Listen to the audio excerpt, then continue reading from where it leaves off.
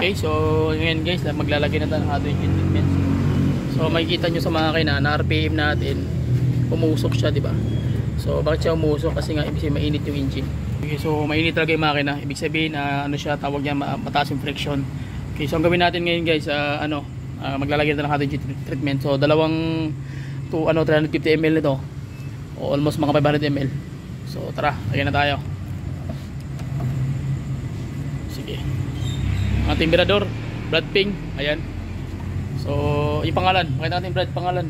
Yung pangalan niya, ayun oh. Oh, yun ang kailangan makita. Ayan, mausok talaga kasi mainit. Ayan siya guys. Okay. Okay na. So, pagkatapos, so, yun pa rin sasabihin ko sa inyo, bago nyo ilagay, kailangan yung i-shake ng mabuti. Kasi yung may mga tawag niyan, may mga naiiwan dito sa puwitang bahagi niya, yun yung mga tawag niyan, yung revitalizant guys, na kailangan talagang maihilagay doon sa loob ng engine. Okay, so sige. Yun. So, dalawang bote niyan ang isang set.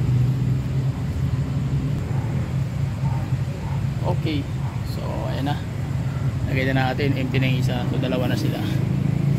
Sige. So after niya, ang sunod din gagawin yung sa sa fuel tank naman tayo maglalagay. So okay na yan.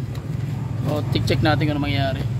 Yan, diretso na sa engine yan guys. Musok pa rin siya. Sobrang init ng makina. Okay.